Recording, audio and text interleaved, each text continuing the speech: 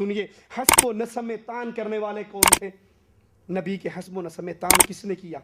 خبیث کفار نے کیا، کفار نے کیا۔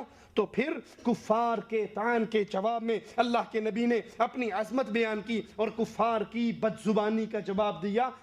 اس پر کسی کو کوئی اختلاف ہے؟ اس میں تو کسی کو کوئی اختلاف نہیں، یہ تو ہر مسلمان پر واجب ہے۔ اگر اللہ کے نبی صلی اللہ علیہ وسلم کی توہین کفار کریں، ڈنمارک کے کفار کریں، کوئی سلمان رشدی جیسا بے ایمان کرے، تو ہر مسلمان پر فرض ہے، عوام پر بھی فرض ہے اور علماء پر بھی فرض ہے کہ اللہ کے نبی صلی اللہ علیہ وسلم کے حسب و نسب کو، آپ کی سیرت کو، آپ کی پاک صورت کو بیان کر کے کفار کی بکواسات کا جواب دیا جائے۔ اس میں تو کسی کو کوئی اختلاف نہیں، مگر عظمت و رفعت مقام مصطفیٰ بیان کرنا ایک اور چیز ہے، 12 ربیع الاول کو جشن ولادت منانا ایک اور چیز ہے۔ یہ بات یہاں پر فٹ نہیں آتی۔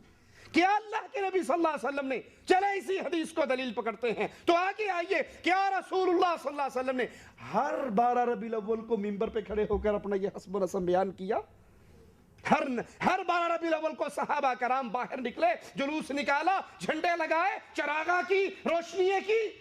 اللہ کے رسول صلی اللہ علیہ وسلم سے بھی یہ ثابت نہیں اور آپ کے صحابہ سے بھی یہ ثابت نہیں۔ یہ تو مسلمانوں کا فرض ہے، علماء کا بھی فرض ہے اور عوام کا بھی فرض ہے۔ اگر مسلمان سنے کہ ان کے نبی کی توہین کی جا رہی ہے تو مسلمانوں پہ فرض ہے وہ اپنے نبی کی عزت کو بیان کرے اور کفار کے منہ توڑ جواب دے۔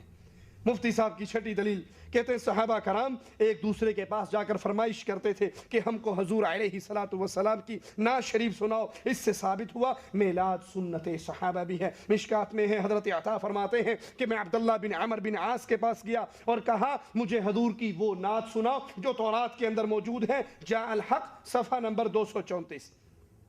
آئیے اس کا جواب سنتے ہیں کہ امام الانبیاء محمد الرسول اللہ صلی اللہ علیہ وسلم کی سیرت طیبہ، آپ کے اخلاق، آپ کے کردار کو معلوم کرنا، پوچھنا، اس سے عید میلاد النبی کے ساتھ اس کی کیا نسبت ہے، کیا جوڑ ہے؟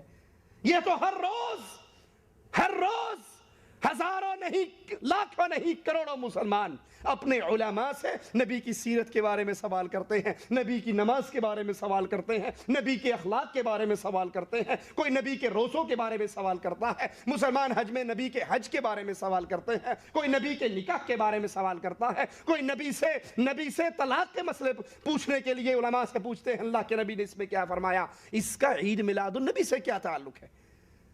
عید میلاد سے اس کا کوئی رشتہ نہیں۔ مسلمان اپنے نبی کے بارے میں معلومات حاصل کرتے ہیں کتابوں کے ذریعے، علماء کے ذریعے، اور یہاں بھی حضرت عطا عبداللہ بن عمر بن عاص کے پاس جا کر نبی کی وہ تعریفیں جو تورات کے اندر موجود تھی اس کا سوال کرتے ہیں۔ اس کا جشن عید میلاد النبی سے کیا رشتہ ہے؟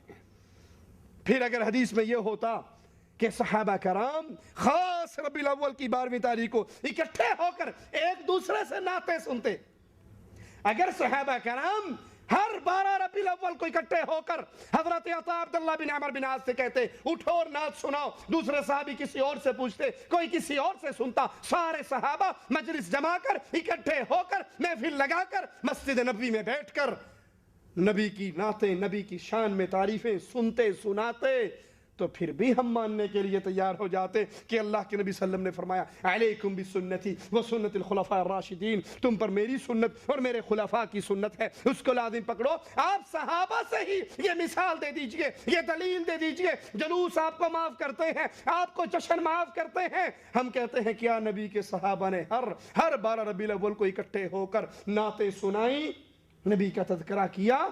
اس کی دلیل اللہ کے نبی صلی اللہ علیہ وسلم کے کسی ایک صحابی سے دے دیجئے۔ مفتی صاحب کی 7ویں دلیل فرماتے ہیں کفار نے بھی ولادت پاک کی خوشی منائی تو کچھ نہ کچھ فائدہ ہو گیا۔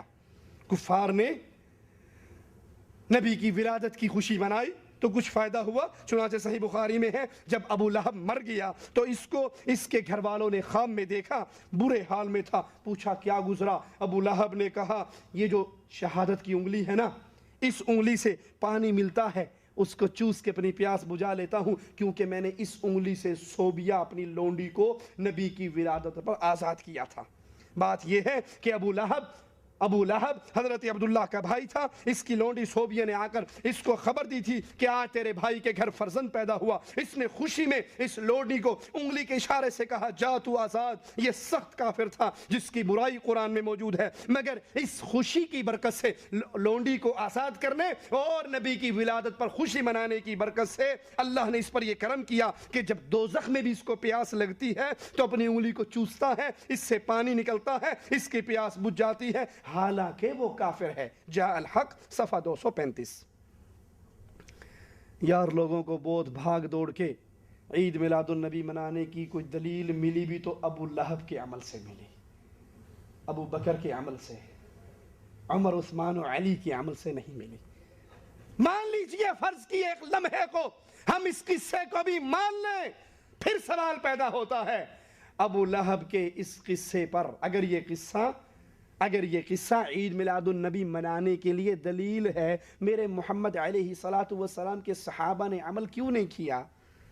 ہم پابند ہیں دین محمد کو ویسے سمجھنے کے جیسے میرے حبیب علیہ السلام نے اپنے صحابہ کو سمجھایا اور صحابہ نے اس پہ عمل کر کے دکھایا۔ آئیے جواب سنیے، شریعت کا کوئی حکم کسی شخص کے خواب سے ثابت نہیں ہوتا سوائے امام اعظم محمد رسول اللہ کے خواب سے صلی اللہ علیہ وسلم۔ کسی کے خواب سے شریعت کی کوئی بات ثابت نہیں ہو سکتی۔